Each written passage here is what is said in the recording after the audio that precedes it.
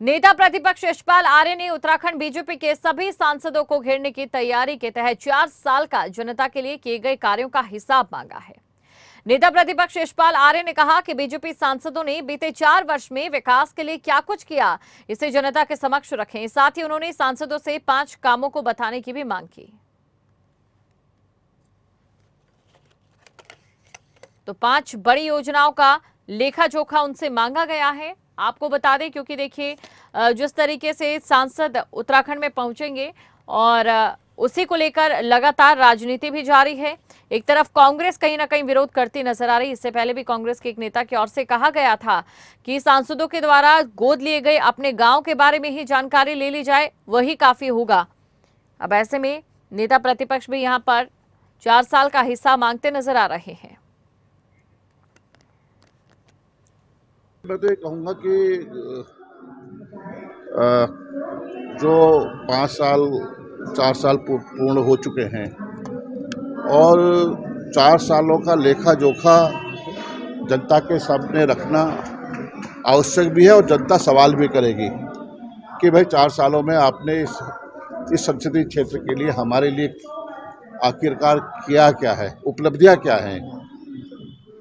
वो 5 बड़े योजनाएं, प्रोजेक्ट जनता के सामने रखे कि हमने 4 सालों में जितना डेवलपमेंट किया है, इतना विकास किया है। केंद्र पोषित योजनाओं को, केंद्र शासित योजनाओं से लेकर सरकार द्वारा इतनी धनराशि विभिन्न विभागों के माध्यम से दी गई है, उसका लेखा जोखा प्रस्तुत करने का समय है। और जनता जरूर हिसाब मांगेगी कि 4 सालों में डबल इंजन की सरकार, चाहे केंद्र की सरकार हो चाहे राज्य की सरकार हो, जनता का हक है कि वो सवाल करे। और इसी खबर पर अधिक जानकारी के साथ उत्तराखंड से ब्यूरो चीफ राव शफात अली हमारे साथ जुड़ चुके हैं। राव शफात अली, सांसदों का उत्तराखंड आना क्या आना, लगातार यहां पर कांग्रेस एक लगातार विरोध करती नजर आ रही है, कई सवाल यहां पर पूछती नजर आ रही है।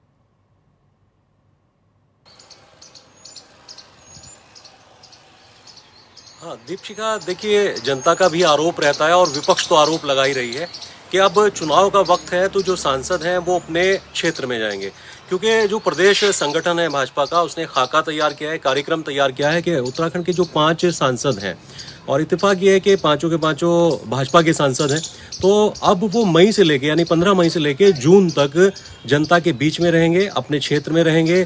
केंद्र सरकार की योजनाएं क्या वहां तक पहुंची या नहीं पहुंची, या राज्य सरकार की जो योजनाएं हैं वो जनता तक पहुंची नहीं पहुंची, इसकी तमाम जानकारी लेंगे। लेकिन अब विपक्ष ये आरोप लगा रहा है कि अब चुनाव बहुत करीब है, 2024 के चुनाव है, और उसके साथ ही अब 4 साल का जो कार्यकाल उन सांसदों का रहा है, उस कार्यकाल में उन सांसदों ने क्या कामकाज किए, क्या वो अपने क्षेत्रों में गए। तो विपक्ष ये कह रहा है कि जनता के बीच में जब सांसद पहुंचेंगे तो जनता तो सवाल करेगी, विपक्ष भी सवाल करेगी कि आपने 4 साल के दौरान आप कहाँ गायब रहे, क्या काम किए, केंद्र सरकार की कौन सी योजनाएं आप यहाँ लेकर गए, राज्य के साथ सौतेला व्यवहार हुआ। तो बहुत सारे ऐसे आरोप हैं जो विपक्ष की ओर से लगाए गए हैं। अब देखिए, क्योंकि चुनाव बहुत करीब है, लोकसभा के तमाम जो राजनीतिक दल हैं वो अपनी तैयारियों में जुटे हैं।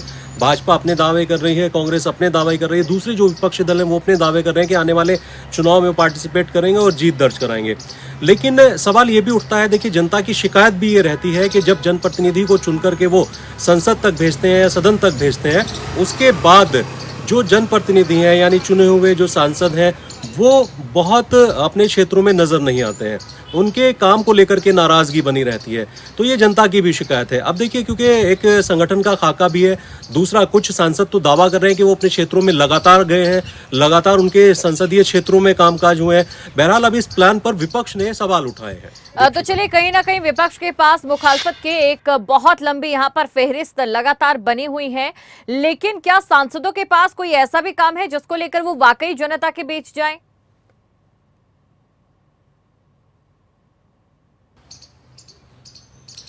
देखिए दीपशिखा, कोई भी नेता ये नहीं कहता कि उसने अपने क्षेत्र में काम नहीं किया है, वो चाहे विधायक हो, चाहे छोटा सा भी जनप्रतिनिधि हो, जिला पंचायत सदस्य भी हो, ये तो सांसद की बात है। सांसद तो अपनी लंबी चौड़ी फहरिस्त गिनवाते हैं कि उन्होंने अपने संसदीय क्षेत्र में क्या क्या काम किए हैं। और दूसरा, केंद्र सरकार ने क्या क्या योजनाएं जनता के लिए लाई हैं इसकी फहरिस्त गिनवाते हैं। लेकिन हकीकत ये है, जब जमीनी हकीकत देखते हैं तो जनता नाराज रहती है, क्योंकि बहुत बड़े संसदीय क्षेत्र होता है, छोटा क्षेत्र तो नहीं होता है, लाखों की संख्या में लोग उस क्षेत्र में रहते हैं, सबकी शिकायतें होती हैं और सबकी उम्मीदों पर खरा उतरना, ये भी जाहिर सी बात है कि सबकी उम्मीदों पर खरा उतरना नेताओं के लिए थोड़ा मुश्किल भी होता है। लेकिन इतना जरूर है कि जब चुनाव का वक्त करीब आता है, वो चाहे विधानसभा के चुनाव हो या फिर लोकसभा के चुनाव हो, तो जो नेता हैं, चुने हुए नेता हैं, वो जनता के बीच में नजर आने लगते हैं। और यही वक्त है, अब जनता के बीच में लोग नजर आ रहे हैं, जो नेता हैं चुने हुए वो नजर आ रहे हैं। सोशल मीडिया पर हम देख रहे हैं कि सोशल मीडिया पर भी ये नेता लगातार सक्रिय हैं। बिल्कुल राव शफात अली, ऐसे में देखने वाली बात ये होगी कि जब यहाँ पर सांसदों का आगमन होगा उनके क्षेत्रों में, तो क्या जनता उन्हें दुलार करेगी या फिर सिरे से नकार देगी।